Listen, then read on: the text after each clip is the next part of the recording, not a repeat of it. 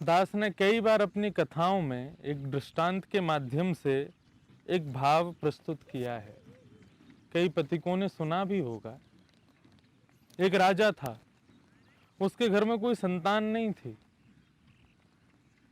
उस राजा ने अपने पुरोहित से कहा कि महाराज, मेरे घर में कभी कोई संतान नहीं होगी क्या? पुरोहित ने एक अनुष्ठान करवाया और अनुष्ठान के बाद में उस राजा के यहाँ एक पुत्री ने जन्म लिया। पुत्री का जन्म हुआ, राजा के पूरे राजभवन में, उसके संपूर्ण राज्य में आनंद की हिलोरें उठने लगी। सब आनंदित हो गए, हमारे राजा के यहाँ पुत्री हुई है। राजा ने पुरोहित से कहा कि मेरी पुत्री की कुंडली बनाइए और इसका भविष्य कथन कीजिए। पुरोहित ने कुंडली तैयार की और जब कुंडली तैयार करके उसमें देखा तो भविष्य तो ऐसा था, वो साक्षात लक्ष्मी ही थी, लक्ष्मी का ही अंश थी। जिस घर में जाएगी, जहां रहेगी, वहां पर धन की मानो जैसे वर्षा हुआ करेगी। पुरोहित के मन में लोभ उत्पन्न हो गया और उसने मन में विचार किया, यदि किसी न किसी प्रकार कैसे भी ये कन्या यदि मेरे घर आ जाए तो इसका भाग्य इतना प्रबल है कि धन से लबालब कर देगी मेरे घर को, मुझे कहीं जाना नहीं पड़ेगा। और पुरोहित ने अपनी लोभ में आकर के अपनी दूषित मति का प्रयोग करते हुए राजा के सामने झूठ प्रस्तुत किया कि महाराज क्षमा करें, लेकिन मैंने भविष्य देखा है, आपकी पुत्री किसी राक्षस की छाया पड़ने से इस पुत्री का दुष्प्रभाव जिस घर में जाएगी उस पर पड़ेगा। यदि आपके यहां रहेगी तो जब तक रहेगी आपका संपूर्ण राज्य, आपका संपूर्ण भवन एक प्रकार से कंगाल होता चला जाएगा। मैंने देखा है कि कुछ वर्षों बाद आपके राज्य में भूखमरी हो जाएगी, महामारी फैल जाएगी और उस सब का कारण होगा ये पुत्री। राजा घबरा गए, बोले क्या करूं प्रभु मैं? बोले एक ही उपाय है राजन, आप अपनी इस पुत्री को नदी में प्रवाहित कर दीजिए। राजा घबरा गया, बोले आप कैसी बात कर रहे हैं? मैं कैसे अपनी पुत्री को अपने से दूर कर सकता हूं? तब पुरोहित ने कहा कि देखिए महाराज, मैं तो आपका शुभ चिंतक हूं। पुत्री एक बार को चली जाए तो दोबारा संतान उत्पत्ति हो सकती है, लेकिन साम्राज्य यदि चला गया, राज्य यदि चला गया तो दोबारा नहीं मिलेगा। इसलिए विचार कीजिए, आप राजा हैं, केवल अपने सुख का विषय मत रखिएगा, सबका सुख खोजिए, देखिए, जिसमें सबका सुख हो वही कीजिए। राजा ने अपने हृदय पर पत्थर रख के हाँ कर दिया, लेकिन कहा कि मैं अपनी पुत्री के संपूर्ण विवाह तक जितना खर्चा कर सकता था, जितना मुझे खर्चा करना था, जो मेरा दायित्व है, मैं उसको पूरा करूंगा। और एक बक्से में अपनी पुत्री के जीवन में जितने धन की उसको आवश्यकता पड़ेगी उतना धन उस बक्से में भर के अपनी पुत्री को उसमें रख करके नदी में विसर्जित करने के लिए राजा चला गया। वहां पुरोहित एक दिन पहले अपने घर में अपने पुत्रों से कह करके आया था कि कल को नदी में एक बक्सा बहता हुआ आएगा, तुम लोग उस बक्से को उठा करके सीधा मेरे कक्ष में ला करके रख देना, खोल के देखना नहीं और किसी को कुछ बताना नहीं। आज राजा ने बढ़िया उस बक्से में खूब धन भर करके और अपनी पुत्री को उसमें लेटा करके, पूरा राज्य रो रहा था, राजा ने उसको प्रवाहित कर दिया। नदी में बह करके बक्सा जाने लगा। बीच नदी में कहीं पहुंचा होगा तो वहां एक दूसरे नगर का राजकुमार शिकार के लिए आया हुआ था, जिसने भालू को अपने पास बंदी बना रखा था, एक पेड़ से बांध रखा था भालू को। तभी उसने बक्सा आता हुआ देखा। उसने कहा कि ये बक्सा कैसा है, नया लगता है, इस पर तो चंदन रोरी और पुष्प बिखरे हुए हैं, जरूर लगता है किसी का बक्सा गिर गया होगा, मैं देखूं तो सही क्या है। राजकुमार ने जैसे ही बक्सा खोला तो उसमें तो धन, सोना, चांदी, हीरे, जवाहरात और उन सब के मध्य में नन्ही सी एक बालिका लेटी हुई थी। राजकुमार के कोई बहन नहीं थी, उसने उस बालिका को ही अपने बहन के रूप में स्वीकार कर लिया।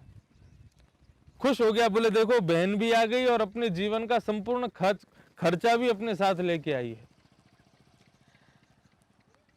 राजकुमार ने विचार किया कि अब बहन को तो मैं ले जाऊं, इस बक्से का क्या करूं। तभी उसने देखा कि भालू बंधा हुआ है, तो बंधे हुए भालू को वहां से खोल करके बक्से में बैठा दिया और बक्से को पुनः नदी में प्रवाहित कर दिया। आगे उस ब्राह्मण पुरोहित के घर वाले सब खड़े हुए थे कि भाई जैसे ही बक्सा आवेगा उसको हम घर ले जाएंगे, पिताजी की आज्ञा है। बक्से को आता हुआ देखा, सारे बालक नदी में कूद गए, बक्सा उठाया, महाराज बहुत भारी बक्सा, उसको ले जा करके पिताजी के कमरे में और चुपचाप रख करके बाहर से बंद कर दिया। बोले पिताजी ने कहा था किसी से कुछ कहना नहीं, खोल के देखना नहीं। शाम को पुरोहित मोटी दक्षिणा लेकर के आए और घर आकर के जैसे ही अपने कक्ष में प्रवेश किया, पुत्रों से पूछा कि बक्सा लिया है? बोले हाँ आपके कक्ष में रखा है, आप जाकर के देख लीजिए। एकांत में बैठ करके बिल्कुल अपना कमरा पूरा बंद करके जैसे ही बक्सा खोला, उसमें धन तो था नहीं, उसमें था भालू। भालू ने प्रहार किया, उस लोभी व्यक्ति के नेत्रों को नोच लिया। बंधुओं, यही इस संपूर्ण कथा का सार है। हमारे जीवन में पाप का सबसे बड़ा कारण यदि कोई है तो वो है लोभ। लोभ पापस्य कारणम, ये हमारे शास्त्रों की आज्ञा।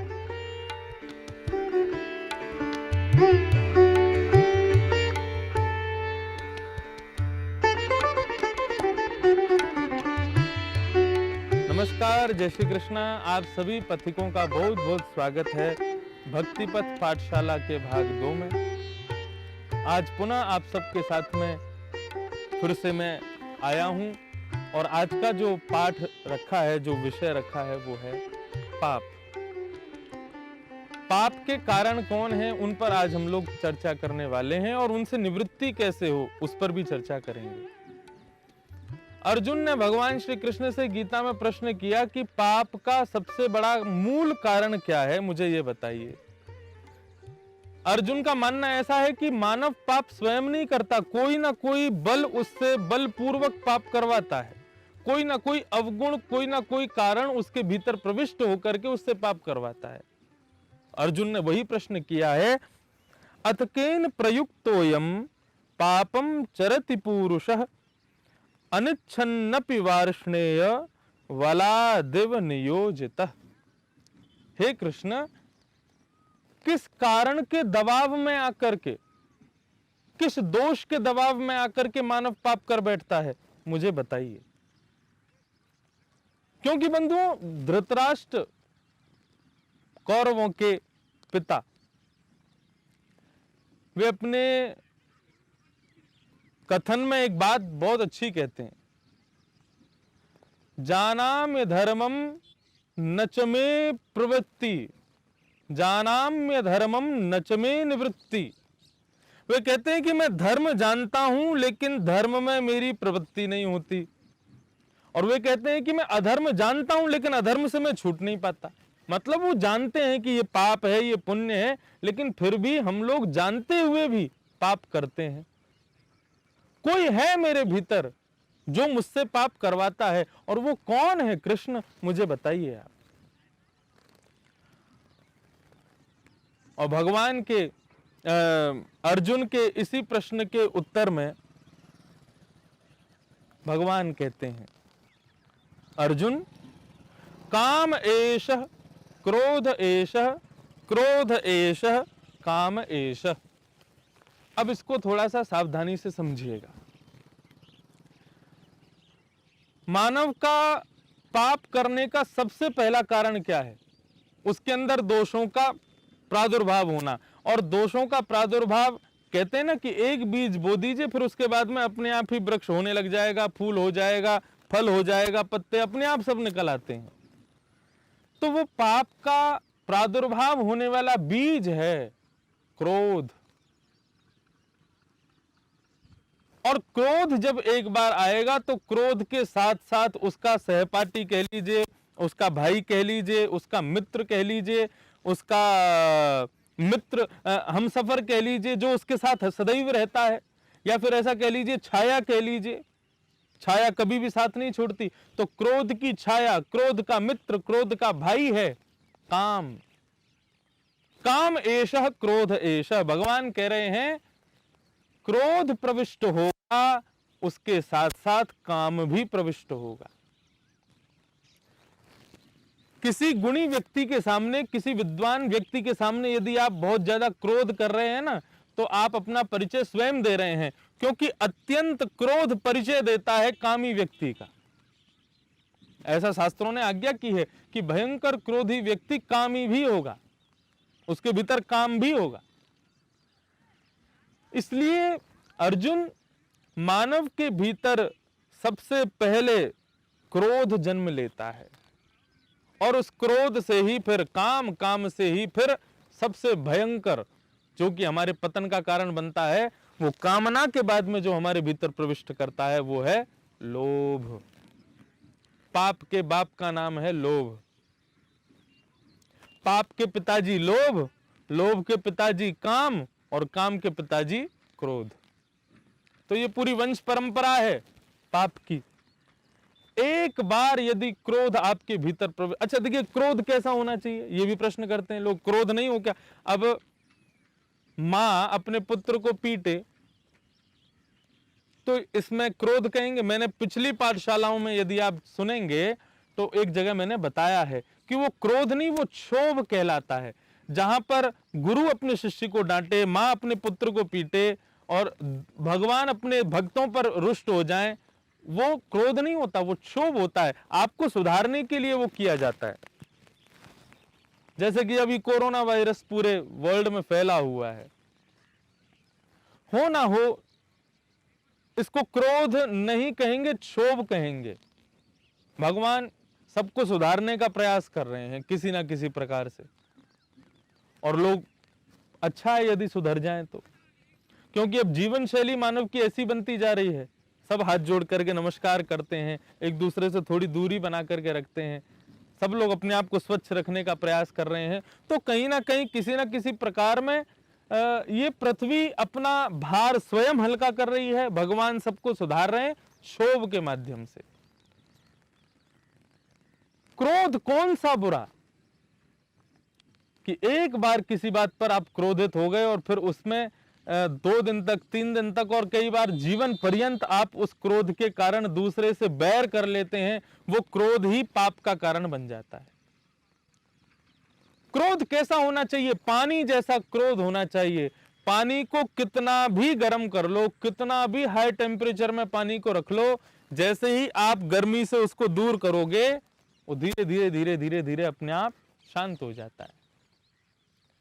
मानव का स्वभाव क्रोध ना बन जाए, इस पर विशेष ध्यान दीजिएगा।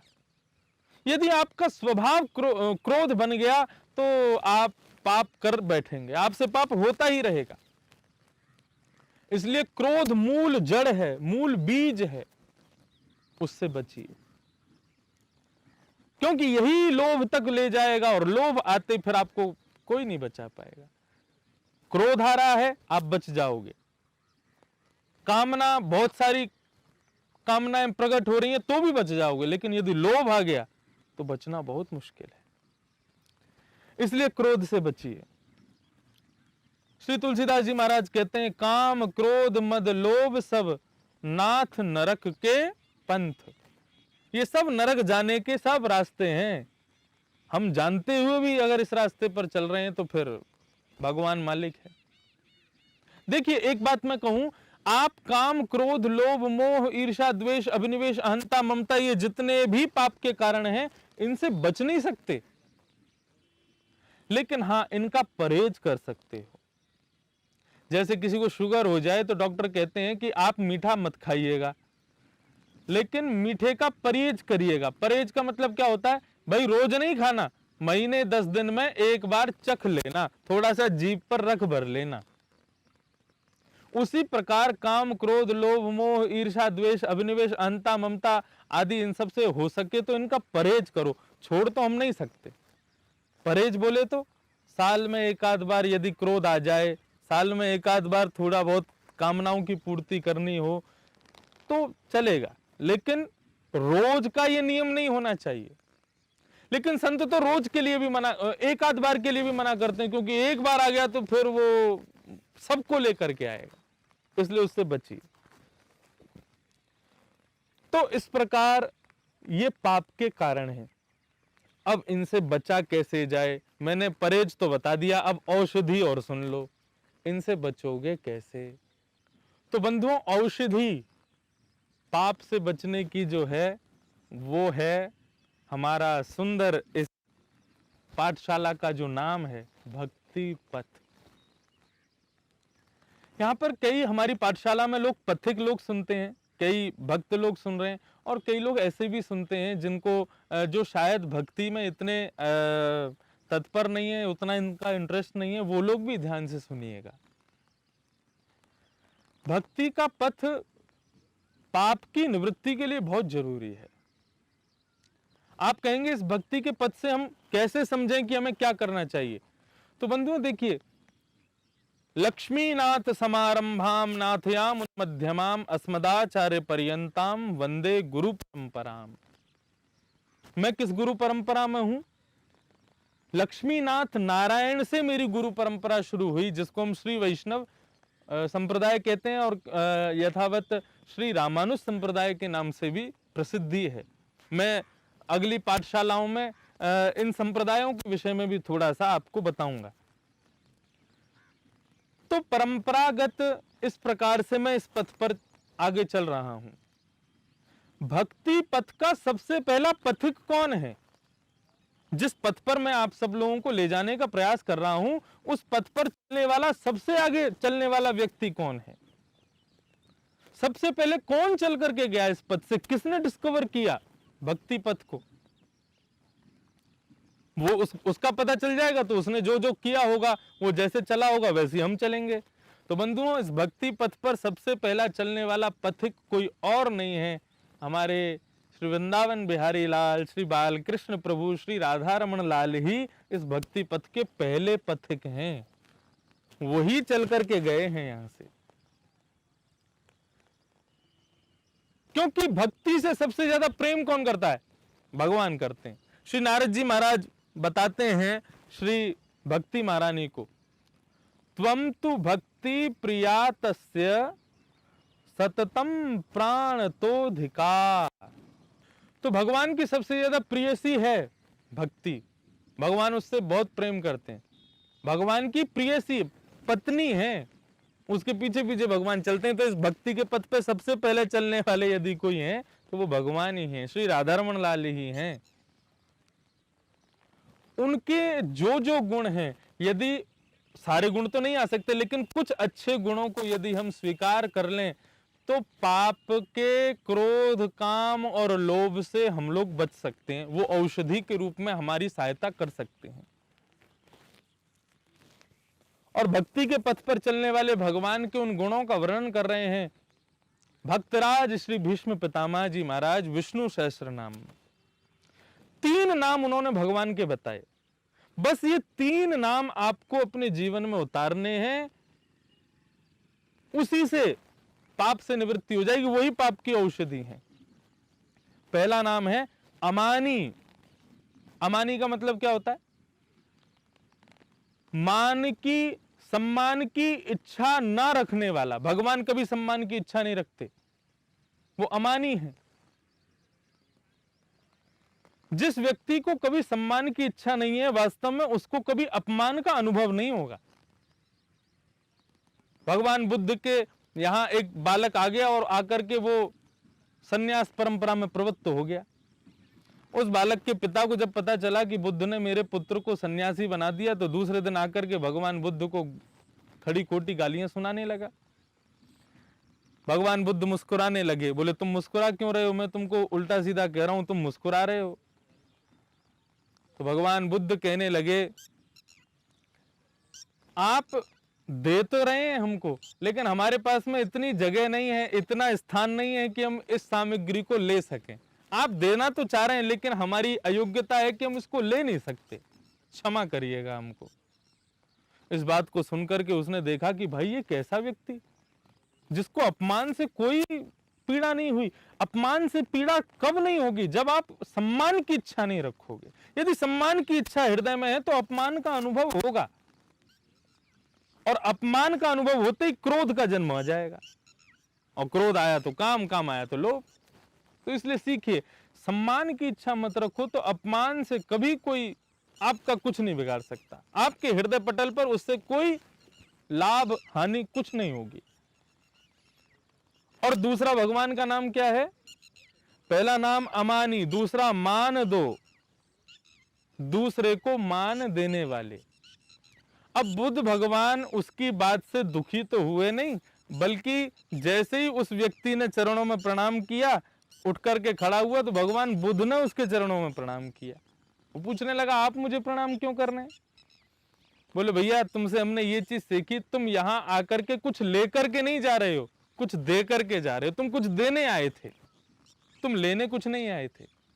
मानव को ऐसा ही होना चाहिए, सबको देवे, किसी से कुछ मांगे ना, सम्मान देवे।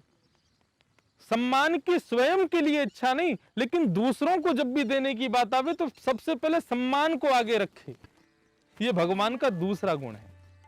पहला गुण अमानी, दूसरा मान दो, और तीसरा भगवान का नाम है मान्य। जिसके अंदर दो गुण होते हैं, अमानी है, मान देने वाला है, वही व्यक्ति संसार में माननीय होता है, वही व्यक्ति संसार में श्रेष्ठ होता है। विष्णु सहस्त्र नाम में ये 3 बातें बताई। तो यही 3 औषधि हैं पाप से बचने के लिए। क्रोध का सबसे पहला प्रादुर्भाव मनुष्य के जीवन में कब होता है? जब उसको अपमान का अनुभव होता है। और अपमान का अनुभव कब होता है? जब सम्मान की इच्छा होती है। तो इससे बचिए। और कैसे बचिए? भगवान के गुणों को जीवन में लाने का प्रयास कीजिए। इन्हीं से पाप से आप बच पाएंगे। बस यही भाव, यही आज का विषय है। पाप के कारण हैं क्रोध, काम और लोभ, और इनसे बचना है तो ये 3 चीज अपनाइए। सम्मान की इच्छा मत रखो, दूसरे को सदैव सम्मान दो, और उसी से आप मान्य बन जाएंगे। फिर मिलूंगा अगली पाठशाला में। तब तक के लिए मेरी कही गई इस बात को अपने जीवन में उतारने का प्रयास कीजिएगा। जय श्री कृष्ण, जय सिया राम।